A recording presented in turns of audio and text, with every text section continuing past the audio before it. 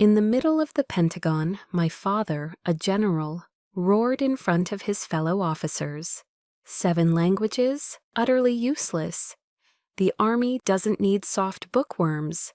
My brother stood beside him, a smirk on his face. They had no idea that this soft bookworm was about to become their worst nightmare. My name is Nellie Ford. I am 35 years old, a captain in the United States Army Military Police Corps, and on this particular Tuesday I was a ghost. I sat in the 10th row, my Army service uniform feeling less like a symbol of pride and more like a suit of armor, its perfectly pressed fabric the only thing holding me together. The auditorium inside the Pentagon was cavernous and solemn, steeped in the kind of institutional gravity that makes you feel small. Rows of decorated officers, a sea of dark blue and gold, filled the seats. But for me, the air wasn't reverent. It was thick and heavy, charged with the suffocating pressure that precedes a storm. From my seat, I could see them in the VIP section.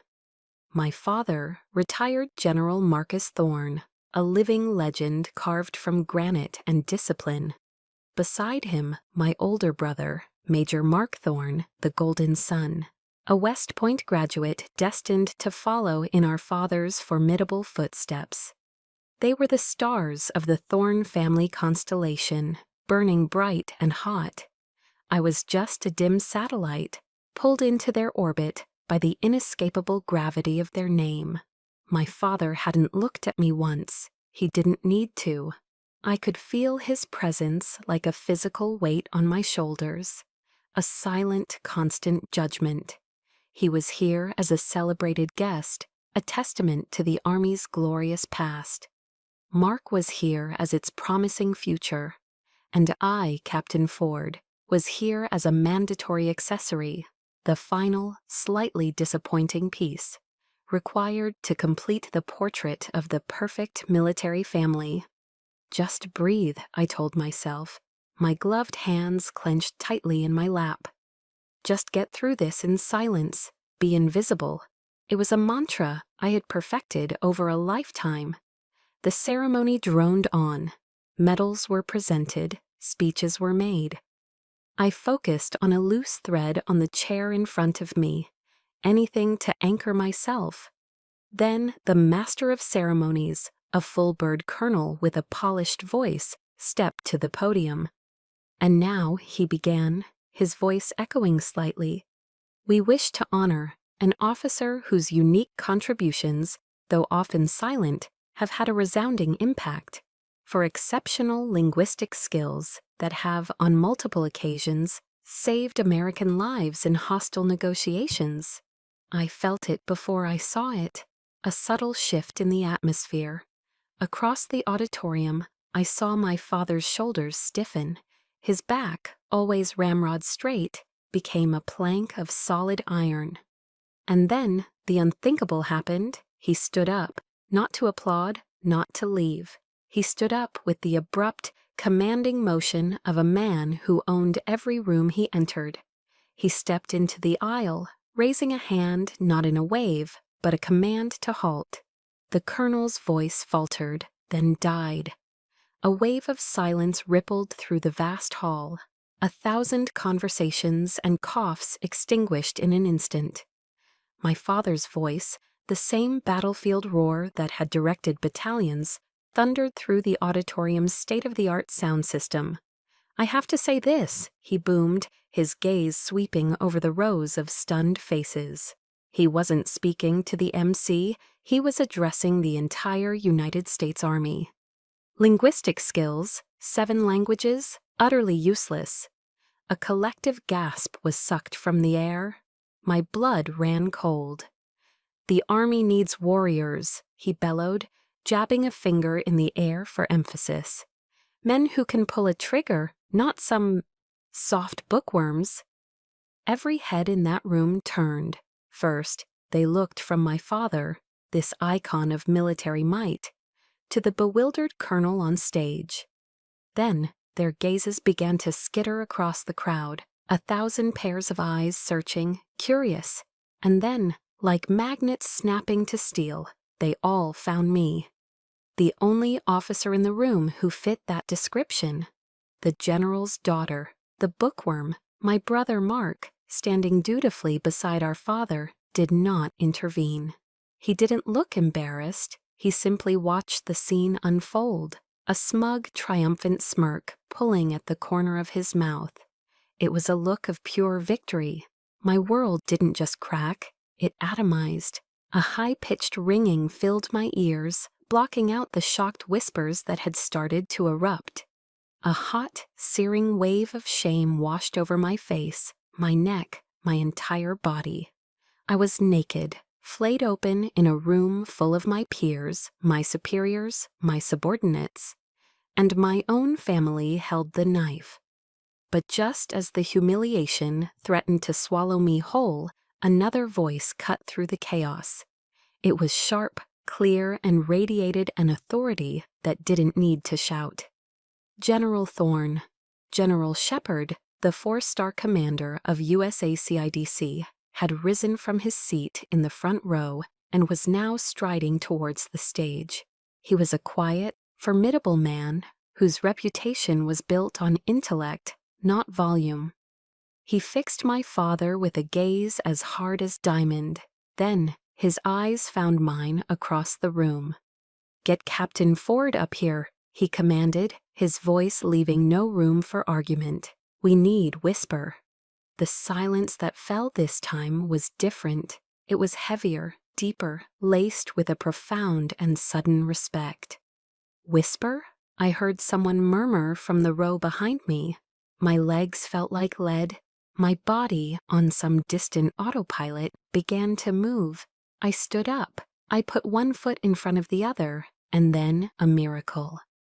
As I started my long walk down the aisle, a single officer in the third row stood up, coming to sharp attention. Then another and another. In a silent, rolling wave, the entire room got to its feet. Lieutenants, captains, colonels, even the other generals in the VIP section. They all stood in rigid, silent salute. They weren't standing for my father. They were standing for me. I kept walking, my gaze locked on General Shepard. I walked right past my brother, whose smirk was now frozen on his face, a grotesque mask of disbelief. And then I walked past my father. He was still standing in the aisle, his body rigid, his face a ghastly, bloodless white. For the first time in my life, I saw not anger, not disappointment, but pure, unadulterated shock in his eyes. I didn't look away. I let that image burn itself into my memory as I walked toward the stage, toward the man who called me Whisper, leaving the wreckage of my family behind me. The storm had finally broken. That image of my father's face, ashen, defeated, stripped bare of its usual authority, should have been a victory. But as I stood on that stage, the respectful silence of the auditorium ringing in my ears, I felt no triumph. Instead, his shocked expression became a key, unlocking a door to a memory I had long kept bolted shut. The polished floor of the Pentagon dissolved, and suddenly I was 17 again, standing on the cold linoleum of our small house, on base at Fort Riley, Kansas. It was Thanksgiving. Our home, a standard issue wooden duplex assigned to Army families, was filled with the rich, comforting aromas of American tradition. The savory scent of a slow-roasting turkey, the sweet spice of my mother's pumpkin pie cooling on the counter. The air should have been warm, filled with laughter. But in the Thorne household, warmth was a rationed commodity. The air was cold, thin, and brittle with unspoken rules. All day, I had been clutching a secret, a thick, cream-colored envelope that felt like a ticket to another universe. It was my acceptance letter from Georgetown University, offering a full scholarship for their linguistics program. It wasn't just an acceptance, it was an escape. It was my dream, printed in elegant navy blue ink. I had hugged it to my chest, my heart thrumming with a nervous, hopeful energy, waiting for the perfect moment to share my triumph, to finally earn a sliver of the approval that was heaped so effortlessly upon my brother. That evening, our dining table was crowded with relatives, aunts and uncles in their Sunday best, all orbiting the gravitational center of our family, my father. He sat at the head of the table, a king presiding over his court, and next to him, the crown prince, my brother Mark, home for the holiday from his first year at West Point. He was the sun, and every conversation was a planet revolving around him. The stories were endless, of his grueling training, the respect he commanded from his peers, the glowing praise from his superior officers. He soaked it all in with a practiced, humble confidence that I knew was anything but. I sat silently, picking at my green bean casserole, feeling my own light dim until I was nothing more than a shadow at my own family's table. I was invisible. Finally, as the dessert plates were being passed, I saw my chance. My hands trembled slightly as I pulled the envelope from the pocket of my dress. My voice was small, barely a whisper. "Dad, I have something." I slid the letter across the polished wood of the table. He picked it up, his eyes glancing at the prestigious Georgetown logo without a flicker of interest. Then he set it down, not in a clear space, but next to the greasy carcass of the turkey, a place reserved for discarded bones and crumpled napkins. He didn't even open it. He looked at me, his gaze flat and unimpressed. Then his eyes shifted to Mark, and a familiar pride softened his features. He raised his voice, ensuring everyone at the table could hear his verdict. "A linguistics scholarship." He said the words as if they were a diagnosis of a disappointing illness. "More books. Nellie, look at your brother." He gestured toward Mark with his fork. "He's learning how to command a company of men. That is the future. That is strength. What are you going to do with a piece of paper like that? Translate for tourists while your brother is defending our country." The chattering around the table ceased. A thick, uncomfortable silence fell. I could feel my cheeks burn with a heat so intense it brought tears to my eyes. It felt as if 1,000 tiny needles were pricking my skin as I felt the pitying stares of my aunts and uncles. They looked away, suddenly fascinated by their empty plates. Across the table, Mark just shrugged, a perfect pantomime of indifference. But I saw it, a glint of cruel satisfaction in his eyes. He had won again. The final killing blow came with the dessert. My father stood, raising his glass of wine. "Everyone," he announced, his voice once again booming with pride. "A toast to Cadet Mark Thorne, the pride and the future of the Thorne family." A chorus of "Hear, hear," and "To Mark" echoed through the room. Glasses clinked together in a cheerful, ringing celebration of my brother's glory. No one mentioned my name. No one glanced my way.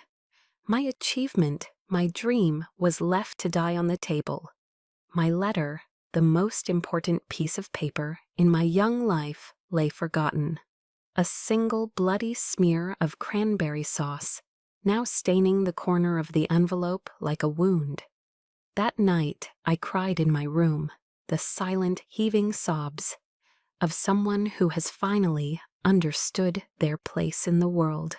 I clutched the one thing that felt like a shield, a heavy, worn French dictionary my mother had given me before she passed away. She was a scholar, a lover of words and history, a gentle soul in a house built on military steel. She was the one who had planted the love of language in me, who taught me that words had power, that understanding was a bridge. She used to tell me, "Nellie, your mind is a weapon. Don't ever let anyone tell you otherwise." But as I sat there, the tears soaking the thin pages of her gift, I realized that in this house, under this roof, my weapon was only a burden. It didn't make me strong. It made me a target. It didn't make me valued. It made me a disappointment. And a question, cold and sharp, pierced through my grief. Why? Why did I keep fighting for the approval of a man who would never give it? Why did I keep trying to win a game that was rigged from the very beginning? That question, born from the tears of a 17-year-old girl, became the engine of my new life. Why play a rigged game? The answer was simple. You don't. You walk away from the table and build your own. After graduating from Georgetown, I didn't go home. I went straight into the Army, choosing the Military Police Corps, a path I knew my father secretly disdained for a woman. It was my own quiet rebellion. My first duty station was Fort Drum, New York. The winters there are a special kind of brutal. It's not just the heavy lake effect snow that buries everything in a blanket of oppressive white. It's the wind. A relentless, biting wind that sweeps down from Canada and seems to find every crack in your clothing, every sliver of exposed skin. But even that profound physical cold was nothing compared to the icy reception I received from my colleagues. I was the only female MP officer in my unit, and the only one with a degree in something other than criminal justice. I was an anomaly, and they never let me forget it. They called me Georgetown, a nickname that dripped with sarcasm, or even worse, the dictionary. In our daily briefings, I would try to offer analysis on how cultural nuances or local dialects might impact a mission, only to be met with dismissive shrugs or outright interruptions. My commanding officer, a captain of the old school who believed muscles solved every problem, once told me point blank, "Ford, I need MPs who can kick down a door, not ones who can analyze Farsi poetry." My assignments reflected their opinion of my skills. I was relegated to the most tedious tasks, primarily translating stacks of mundane documents, a job everyone believed a machine could do better. I was isolated, my expertise treated not as an asset, but as a bizarre and useless hobby. The loneliness was a physical presence, a constant companion in the gray, frozen landscape. But I refused to break. The girl who cried over a stained envelope was gone. In her place was a woman, forged in quiet fire. I took their disdain and turned it into fuel. I didn't complain, I worked. I showed up earlier than everyone and stayed later. I spent hours in a small windowless room, listening to interrogation tapes over and over, not just for the words, but for the hesitations, the shifts in tone, the subtle grammatical tells that signaled deception. I used my own money to buy books on criminal psychology and nonverbal communication, building a library they would never read. I created my own system, a unique matrix that blended linguistics, cultural anthropology, and psychology to build profiles of our subjects. It was a weapon no one else had, and I sharpened it in silence. At night, alone in my sterile barracks room, the wind howling outside my window, I found solace in a different kind of voice. I read the works of Maya Angelou, her words a balm for the day's small cuts. Her poem, Still I Rise, became my silent creed. I would recite it to myself in the dark. You may shoot me with your words, you may cut me with your eyes, you may kill me with your hatefulness, but still, like air, I'll rise. I didn't need their validation, I just needed to prove them wrong. My chance came in the form of a dead-end case, An internal arms smuggling ring had been operating on the base for months, and the investigation had stalled completely. They had a prime suspect in custody, a civilian contractor, but he refused to talk. After weeks of getting nowhere, they were forced to turn to me as a last resort. The problem? The suspect spoke only a rare dialect of Pashtun, common in a remote valley of Afghanistan. They led me to the interrogation room, the air thick with stale coffee and failure. Inside, the man sat sullen and defiant. I didn't use threats. I didn't raise my voice. I simply sat down and began to speak to him in his own tongue. I didn't ask about weapons. I asked about his home. I spoke of the poets from his region, of the ancient folk tales his mother might have told him. I saw a flicker of surprise in his eyes, then a deep, profound sadness. I recognized it instantly, the bone-deep ache of homesickness, of being a world away from everything you know. I had built a bridge to him, not with pressure, but with understanding. 2 hours later, he had confessed to everything, mapping out the entire smuggling network. When I walked out of the interrogation room, holding the signed confession, the entire office fell silent. The usual clatter of keyboards and ringing phones ceased. My captain, the man who wanted door kickers, looked up at me from his desk. He said nothing, but for the first time, the dismissive smirk was gone. In its place was a look of grudging respect. It wasn't a medal, it wasn't a public commendation, but it was my first victory. A small, silent win on a long, lonely road. That silent victory at Fort Drum opened a door I never knew existed. My success in the Pashtun case meant my methods, once dismissed as eccentric, were now a subject of official interest. I was summoned to a high-level briefing with Erkiber, the Army's cyber command, to report on my process. The briefing room at Fort Meade was another world entirely. Gone was the rugged, practical grit of Fort Drum, replaced by the sterile, constant hum of servers processing the nation's secrets. The air was cold, smelling of chilled, filtered air and hot electronics. It was filled with sharp-eyed tech specialists, men and women who lived in a world of signals intelligence, of firewalls and encrypted data streams. I, with my focus on the unpredictable, messy nuances of human behavior, felt like a historian in a room full of physicists, an analog expert in a digital fortress. I delivered my presentation, my voice steady as I walked them through my methodology, the cultural mapping, the analysis of paralinguistic cues, the psychological profiling based on word choice.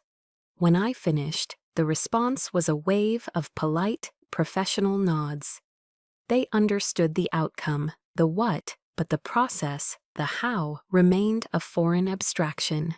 They saw the data point, but not the person behind it. As the room began to clear out, a quiet shuffling of chairs and murmured conversations filling the space, one person stayed behind. He was a Warrant Officer 3, with a calm, steady presence that stood out in the room's high-strung energy. He waited patiently, not looking at his phone or packing a briefcase, just waiting until we were the only two left. "Captain Ford," he began, his voice calm and deep, a stark contrast to the boisterous tones I was used to. "Elias Vance, but everyone calls me Eli." He didn't offer a handshake, just a small, respectful nod. He wasn't looking at the results on my final slide. He was looking directly at me. "I have a question about your process. You mentioned you identified the suspect's primary deception based on his reversal of sentence structure when discussing logistics. That's not in any field manual. That's art." I was stunned into silence. For years, my work had been judged solely on its product. A confession, a piece of intel. It was a binary world of success or failure. But this man, this stranger, wasn't just seeing what I did. He understood how I did it. He saw the craft, the delicate, intuitive dance behind the science. For the first time, I felt not just successful, but truly seen. "Thank you, warrant officer," I managed, my voice a little hoarse. "Eli," he corrected gently. "Would you have time for a coffee, Captain? I'd like to hear more about your art." We ended up at a small, off-base diner, the kind of place with worn red vinyl booths, the faint smell of bacon in the air, and a waitress who called everyone Hun. Over mugs of steaming black coffee, we talked for hours. It was effortless, a conversation that flowed like water. I found myself telling him things I hadn't spoken of in years. About my mother's old books, about how she taught me that every language was a unique key to a different way of seeing the world, a different way of feeling. He, in turn, spoke of the beauty he found in his own world. He described the elegance of clean code, comparing it to poetry where every line has a purpose, nothing wasted.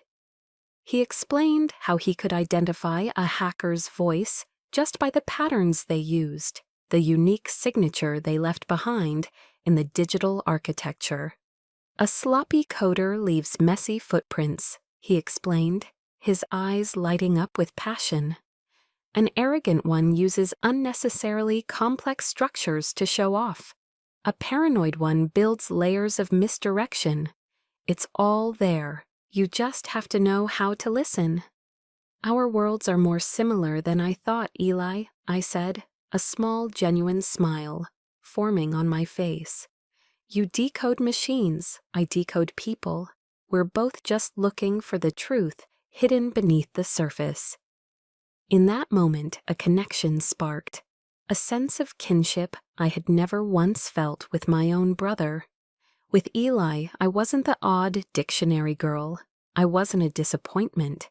I was a respected peer, an expert in my field. And he was the first person to make me feel that way. A few days later, an email from him appeared in my inbox. There was no long message, just a single link to a Brené Brown TED Talk on the power of vulnerability. Below the link, he had typed one short sentence. "Courage isn't about not feeling afraid. Courage is about feeling afraid and stepping into the arena anyway." He saw it all. He saw the resilient armor I wore every day, but he also saw the fear I hid beneath it. He understood the silent, exhausting battle I fought. That Saturday, I was buried under translations in my office, the fluorescent lights humming into the late hours, casting a sterile glow on the piles of paper. The loneliness in those moments was a palpable thing, a weight in the quiet room. Around 9 p.m., the door opened. It was Eli, holding a large pepperoni pizza box and a cold can of Coke. "Thought you might need this," was all he said. He didn't offer advice or try to fix my problems. He simply pulled up a chair, opened his own laptop, and sat with me in the quiet hum of the office, a silent partner in the late-night grind. His presence was a profound statement that spoke louder than any words. "You are not alone." It was then I truly understood. Family isn't always about the blood you share. Sometimes it's about the people who show up when you're broken. It's the one who sees your scars and doesn't run away. It's the one that brings you pizza on a lonely Saturday night and helps you piece yourself back together, one slice at a time. Have you ever felt that? That moment of grace when a stranger, a friend, shows you more kindness and understanding than you've ever known from your own blood? That was Eli. He was the first member of a family I was finally, consciously choosing for myself. The years that followed my time at Fort Drum were a quiet blur of progress. My friendship with Eli became my anchor. We were stationed on different continents half the time, but our bond forged over coffee and code, only deepened. Professionally, my reputation grew. I was no longer the dictionary girl, but a respected specialist. My work eventually took me to Camp Eagle, Bosnia, a sprawling American base set against the green war-scarred hills. I was mediating a series of delicate peace negotiations between rival local factions, a job that required every ounce of my skill and focus. It was demanding, fulfilling work. I had built a life for myself, a world away from the shadow of my family. Then, one evening in early December, just as the first Christmas decorations were starting to appear around the base, my satellite phone rang. The caller ID flashed a number I hadn't seen in years: General Marcus Thorne. My heart hammered against my ribs, a frantic, trapped bird. He had never, not once, called me while I was on deployment. A foolish, stubborn flicker of hope ignited in my chest, a hope I thought I had extinguished long ago. Maybe he heard about my work here, the thought whispered. Maybe he's proud. Maybe, after all this time, he wants to apologize. I took a deep breath and answered. "Hello, Nellie." His voice was the same, a baritone of pure, undiluted authority that instantly transported me back to my childhood. "Your brother and I are here. We have something important to discuss with you." Then another voice, slick and smooth, oozing a synthetic warmth that made my skin crawl. "Hey, little sister," Mark said. "Heard you're doing big things out there." I almost believed them. For a moment, I let the hope burn brighter. My hope was a candle, and they snuffed it out with a single breath. My father dispensed with the pleasantries immediately. "You're working with a private military contractor out there, Aegis Logistics, correct?" "Yes," I answered cautiously. "They provide some of our comms and logistical support." "Good," he said. "I have a solid relationship with their CEO, a good man. It seems there's a CID investigation coming down the pipeline, some allegations about their equipment not meeting standards." I felt a cold knot forming in my stomach. I knew where this was going. "I need you to influence the report, Nellie," he continued, his tone matter of fact, as if he were asking me to pass the salt. "Just soften it. Omit a few of the more damaging technical details. Emphasize the positive operational record. Consider it a favor for the family." I was speechless. The audacity of it stole the air from my lungs. He wasn't just asking me to lie. He was asking me to commit a felony, to betray my oath, my unit, and the very core of my duty as an officer, all to protect one of his business connections. "Dad," I stammered, my voice barely audible. That's illegal. It's a violation of the Uniform Code of Military Justice. It's an ethical breach." The warmth, fake as it was, vanished from his voice, replaced by a familiar, chilling cold. "Don't you dare lecture me about ethics, Nellie," he snapped. "I served this country for 40 years. You're just a captain. This is how the world works. You help us, we help you. Don't forget who gave you that name on your uniform." It was a threat, wrapped in the guise of a reminder. Then Mark chimed in, his voice dripping with condescending pity. "That's right, Nellie, don't be naive. This is your chance to finally prove you can be useful to this family. A real team player." And there it was. The truth, stripped bare. In their eyes, I wasn't an officer. I wasn't a specialist with a valuable skill set. I was a tool, a pawn on their chessboard, to be moved and sacrificed for their own gain. The years of work, the small victories, the life I had painstakingly built for myself, it all meant nothing to them. I was still just the disappointing daughter, finally being offered a chance to be useful. A surge of anger, hot and pure, rose within me. It wasn't the helpless rage of my youth. It was the clear, focused fury of a woman who finally knew her own worth. The lessons from Eli, the strength I'd found in my own solitude, the self-respect I had fought so hard to earn, it all coalesced into a single, unshakable wall of resolve. I didn't scream. I didn't cry. I let the silence hang in the air for a moment, letting them feel the weight of my decision. Then I spoke one sentence, my voice low, clear, and steady. I will not. Before either of them could respond, I ended the call. My hand was trembling as I set the phone down, but inside, in the core of my being, something had settled. A line had been drawn. A door had been slammed shut, and this time I was the one who had turned the key. The line went dead, but the silence that followed was louder than any argument. I had defied him. For the first time in my life, I had not bent, not broken, not tried to placate him. I had simply said no. The finality of it hung in the cold Bosnian air. I knew there would be consequences. I just didn't know they would come so soon, or be so brutal. 3 days later, I was leading the final reconciliation meeting between the two local faction leaders. We were in a designated safe house on the outskirts of a small village, a drab concrete building chosen for its anonymity. The tension in the room was thick enough to taste. My team and I were on high alert. The comms system, provided by Aegis Logistics, had been glitchy all morning, crackling with static. Suddenly, a voice cut through the static on my earpiece. It wasn't my men. It was a strange voice, speaking Serbian with a chillingly calm demeanor. But the words weren't about the meeting. They were for me. Mala Shaptachicha, the voice whispered, little whisperer. Yeli tvoj otak razocharan u tebi?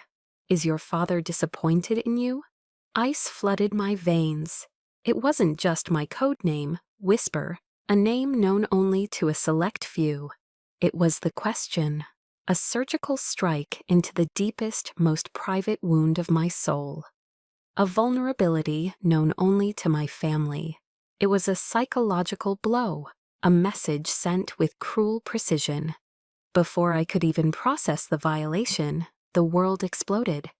The windows shattered inward, a shower of glass and splintered wood. The deafening roar of automatic gunfire erupted from all sides. The air filled with smoke, screams, and the smell of cordite. We were ambushed. My training took over.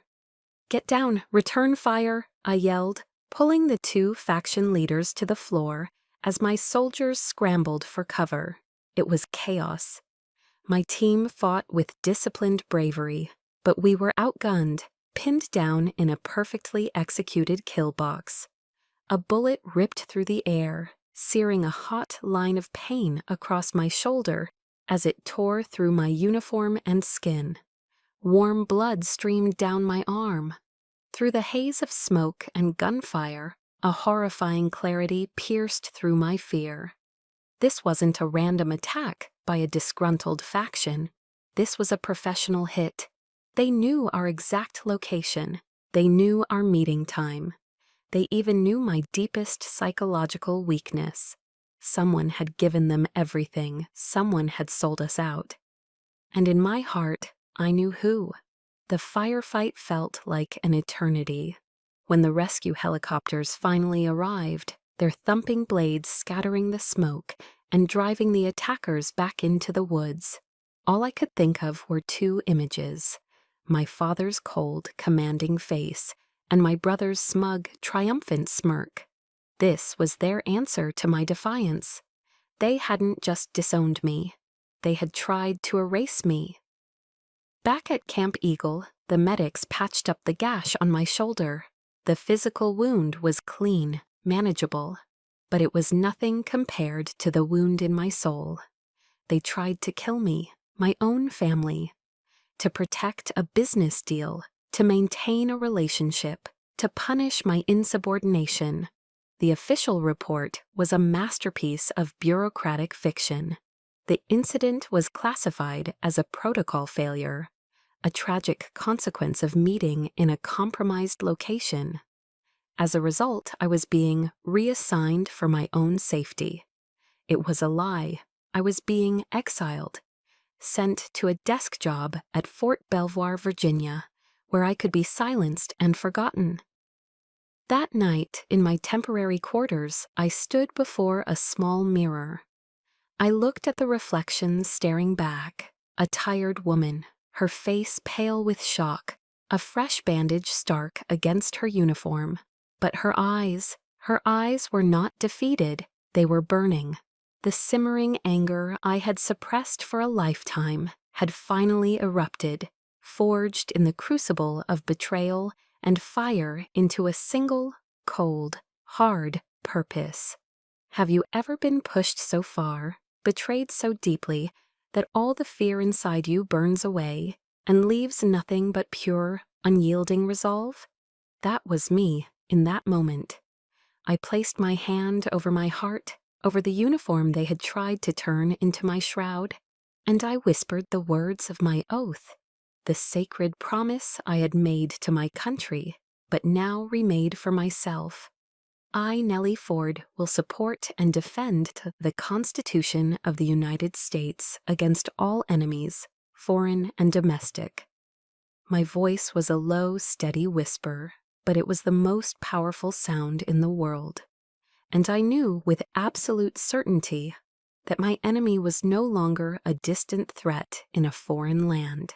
My enemy was domestic. My enemy shared my blood. The real war had just begun.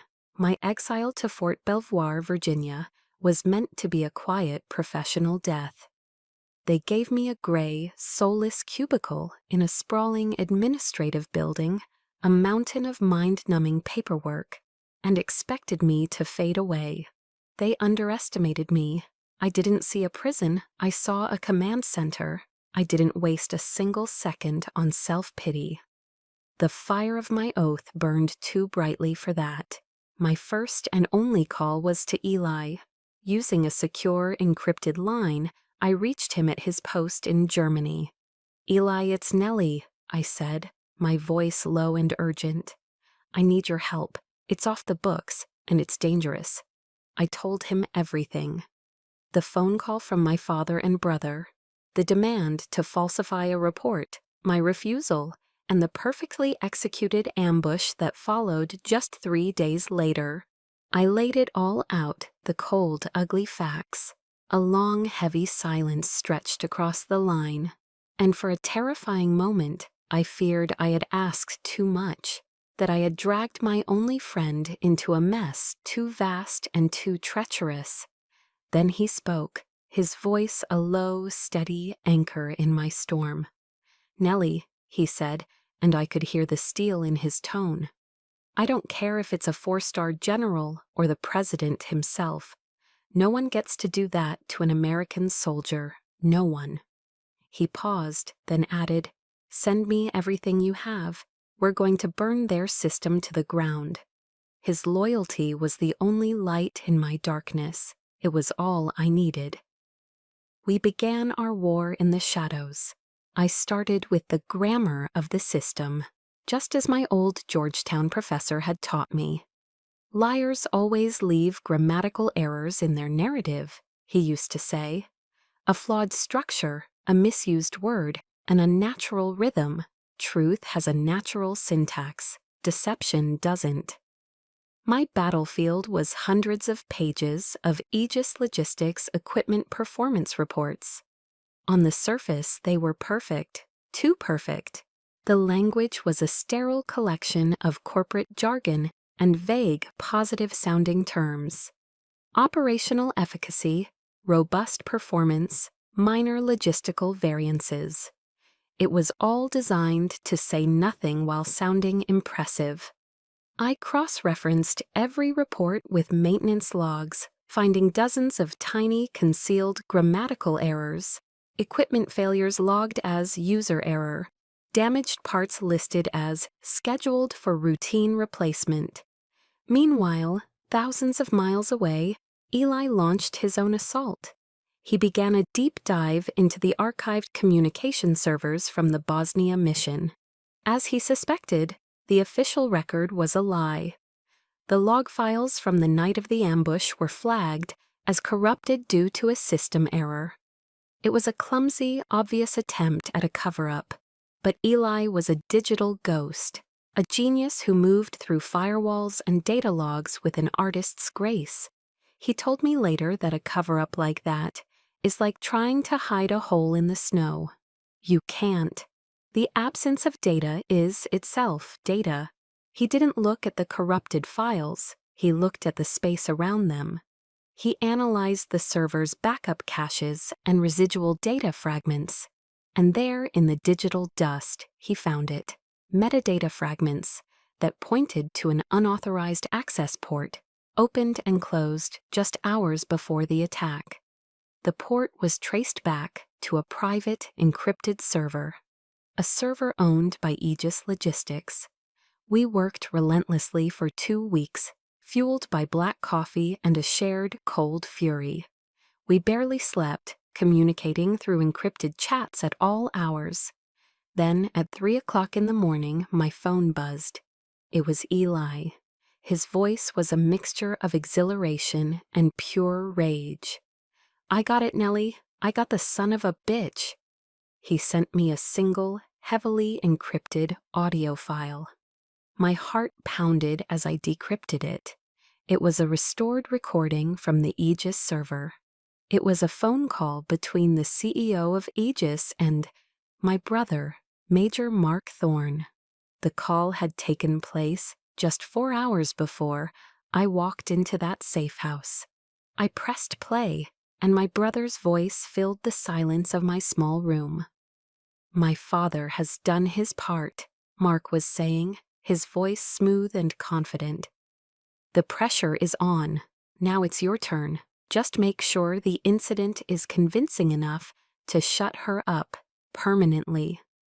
The CEO murmured something about risk. "It's not a risk," Mark cut in coldly. "It's a solution." My breath hitched, my world tilted on its axis. But there was more. Eli had found another file. It was a digital copy of a contract addendum, approving a massive, no-oversight budget increase for Aegis Logistics. The authorization was dated the day after the ambush. The digital signature at the bottom was undeniable: General Marcus Thorne. I leaned back in my chair, the evidence glowing on my screen. The phone call, the signature. It was the truth, cold, sharp, and brutal. It was the confirmation of a betrayal so profound it defied comprehension. My professor was right. They had left their grammatical errors, and I had found every single one. My weapon was loaded. With the evidence in my possession, my weapon was loaded. But a weapon is useless without the right battlefield. Going through the standard channels, filing a report with the Inspector General, would have buried the truth under months, possibly years, of bureaucratic red tape. My father and his powerful friends would have suffocated it in the cradle. I needed a different kind of strategy. I needed a stage. So I made my final move. I compiled the most damning pieces of evidence, the audio file of Mark's call, the digital signature of my father's, the network logs from Eli's investigation, into a single, heavily encrypted summary.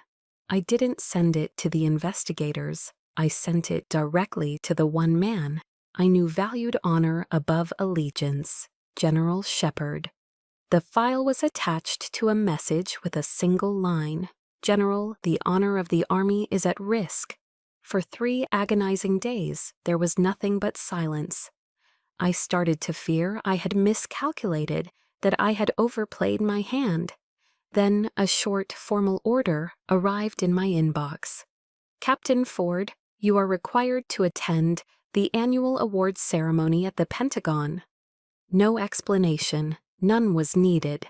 I understood immediately. General Shepard wasn't just acknowledging my message. He was setting the stage. The ceremony, an event where my father was scheduled to receive a Lifetime Achievement Award, was not going to be his coronation. It was going to be his tribunal. And I was to be the star witness. I returned to the same auditorium that had been the theater of my greatest humiliation. The air was thick with the same sense of pomp and circumstance, the same sea of dark blue uniforms and polished brass. But this time I felt no anxiety. The girl who had wanted to be invisible was gone. In her place was a woman who was about to become unforgettable. I walked to my assigned seat, my back straight, my gaze level. I felt a profound, chilling calm. I was the quiet eye of a hurricane I had created. From my seat, I could see them in the VIP section. My father looking regal and proud, accepting handshakes and congratulations. My brother Mark beside him, beaming, soaking in the reflected glory. They were utterly oblivious, confident in their power, never imagining that the pawn they had sacrificed was about to checkmate the kings. The ceremony began, speeches were made, awards were given. Finally, the moment came. The announcer called my father's name, listing his legendary accomplishments. He walked to the stage to a thunderous standing ovation. After he accepted his award, General Shepard, as the highest-ranking officer present, stepped to the podium to give the closing remarks. He began by praising my father's long career. Then his tone shifted. "Before we conclude," he said, his voice ringing with quiet authority, "there is one more matter of honor to address, an issue of security and integrity that touches us all." A nervous murmur rippled through the crowd. General Shepard gestured to the massive presentation screen behind him. There was a recent security breach in Bosnia that resulted in the compromise of a sensitive mission and injury to a U.S. Army captain. On the screen, a network diagram appeared, the one Eli had painstakingly reconstructed. It showed a clear, undeniable, unauthorized access port originating from an Aegis logistics server. "This breach was deliberately covered up," Shepard continued, his voice like ice. The screen changed, displaying the contract addendum. "And this cover-up was authorized to protect a lucrative contract." He zoomed in on the signature at the bottom of the page, General Marcus Thorne. A collective gasp swept the room. My father's face, projected onto the screen by a nearby camera, turned a ghastly shade of white. The confident smile vanished, replaced by a mask of pure shock. But Shepard wasn't finished. He gave a subtle nod to the tech booth. And now the reason for the cover-up. A sound filled the auditorium. An audio file. It was my brother's voice, cold and clear, echoing through the silent hall. "My father has done his part. Now it's your turn. Just make sure the incident is convincing enough to shut her up. Permanently." The recording ended. The silence that followed was absolute, a crushing void. Every single person in that room, 1,000 pairs of eyes, turned away from the screen and stared directly at my father and brother, who were frozen in their seats like statues in a nightmare. I stood up from my seat and walked to the stage, just as I had been instructed. I stood beside General Shepard and looked down at my family. I saw my brother Mark, his face contorted in panic, trying to stand, to speak, to form a denial that would never come. 2 uniformed military police officers materialized beside him as if from thin air, their presence quiet, professional, and final. Then I looked at my father. I met his eyes across the stage. And for the first time in my 35 years, I did not see anger. I did not see disappointment or disdain. I saw fear. The raw, naked terror of a king who has been dethroned. of a powerful man who has been utterly and completely exposed. General Shepard did not say another word. He simply turned to me and gave a slow, deliberate nod. It was a gesture of profound respect, a silent acknowledgement of a battle fought and won. He had given me justice. I returned the nod, a silent thank you. Then I turned and walked away from the podium, my steps steady and sure. I walked past the chaos, past the shocked whispers, past the ruins of the House of Thorn. I did not look back. I didn't need to. The storm was finally over. The storm had passed, leaving behind a strange, hollow silence. The days following the ceremony at the Pentagon were a blur of official proceedings. I gave my formal testimony to the investigators from the Inspector General's office, a calm, factual recounting of events. The evidence Eli and I had gathered was irrefutable. The system, once it was pointed in the right direction by a man with the integrity of General Shepard, began to move with grim efficiency. The aftershock of my actions rippled through the military community. The name Thorn, once a synonym for honor and legacy, was now whispered with shame and disbelief. I felt a profound sense of relief, the feeling of a crushing weight being lifted from my soul. But underneath it, there was a deep, bone-weary exhaustion. The war was over, but the battlefield was my own life, and the casualties were my own family. I had one final encounter with my brother. As I was leaving the investigator's office, I saw him being escorted down the hallway by two stone-faced military police officers. He was in handcuffs, his uniform stripped of its insignia. When he saw me, his face, already pale with fear, contorted into a mask of pure venomous rage. "Are you happy now, Nellie?" he snarled, his voice a low, guttural growl. The MPs tightened their grip on his arms. "You destroyed this family, all of it. It was always you, wasn't it? Just a jealous, selfish little bitch who couldn't stand to see me succeed." His words, which once would have pierced me to the core, now felt like stones thrown against a fortress wall. They bounced off, powerless. I looked at him, at the man who was my brother, and felt nothing but a cold, empty pity. "No, Mark," I said, my voice calm and even. "I didn't destroy our family. I just told the truth. You and Dad destroyed it all by yourselves." I turned and walked away, not looking back, his furious, impotent shouts fading behind me. My father was not arrested immediately. His rank and decades of service afforded him a level of procedural courtesy. But his career was over. His reputation was shattered. His legacy was ashes. He requested to see me. I agreed to one last meeting, not for him, but for me. We met at a quiet coffee shop in Arlington, a place with wide windows that looked out onto a gray, overcast sky. He looked old.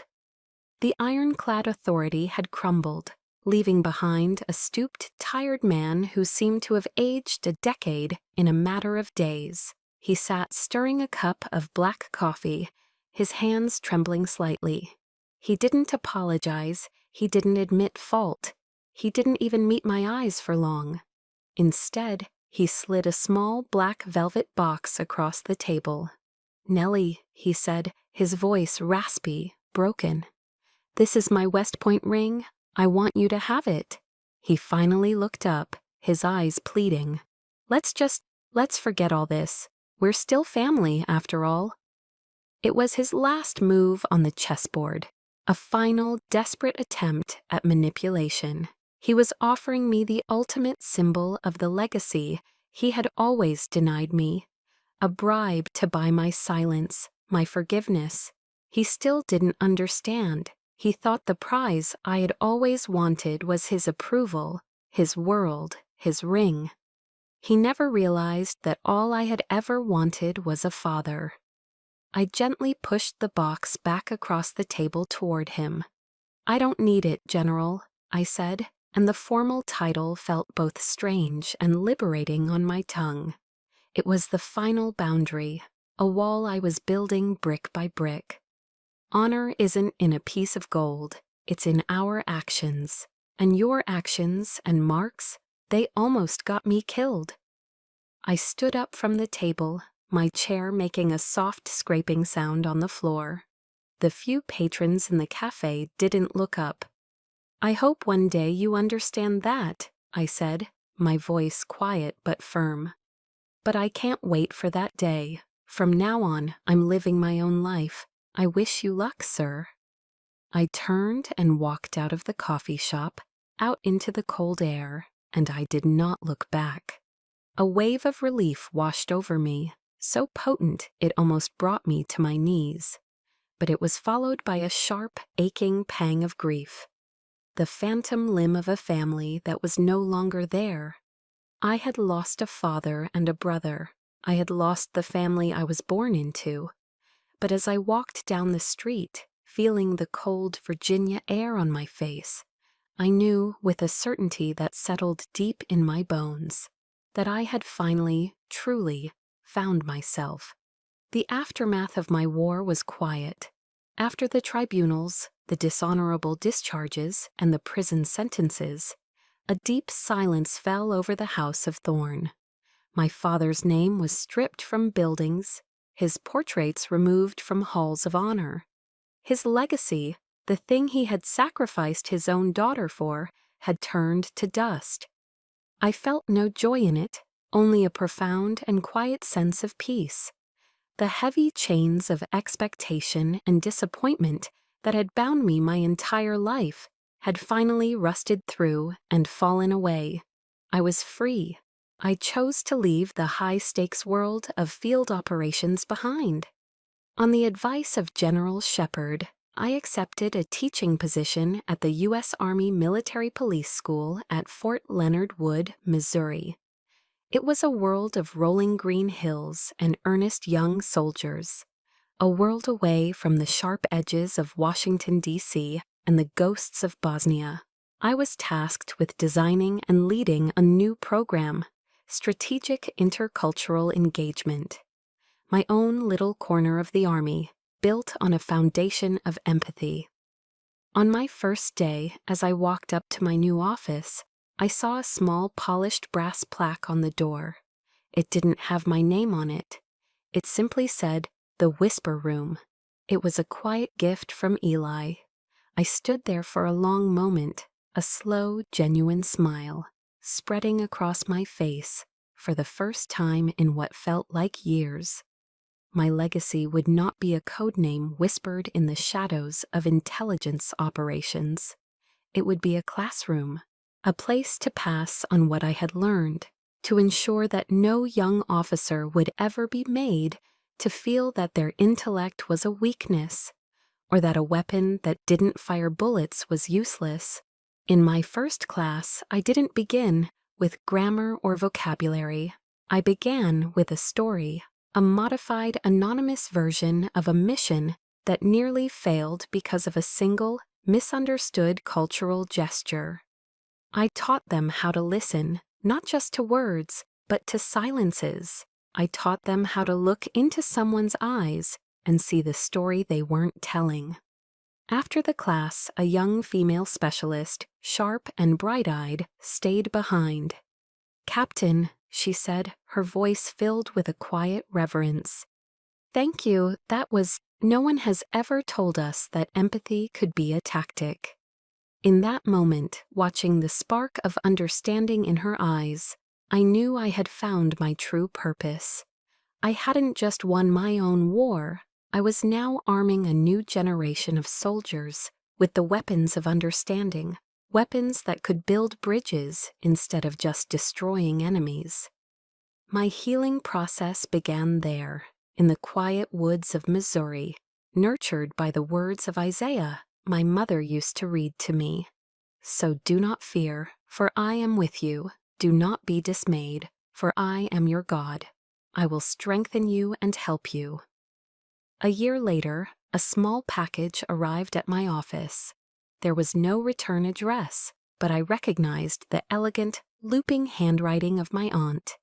Inside, there was no letter, no explanation, just a single, faded photograph.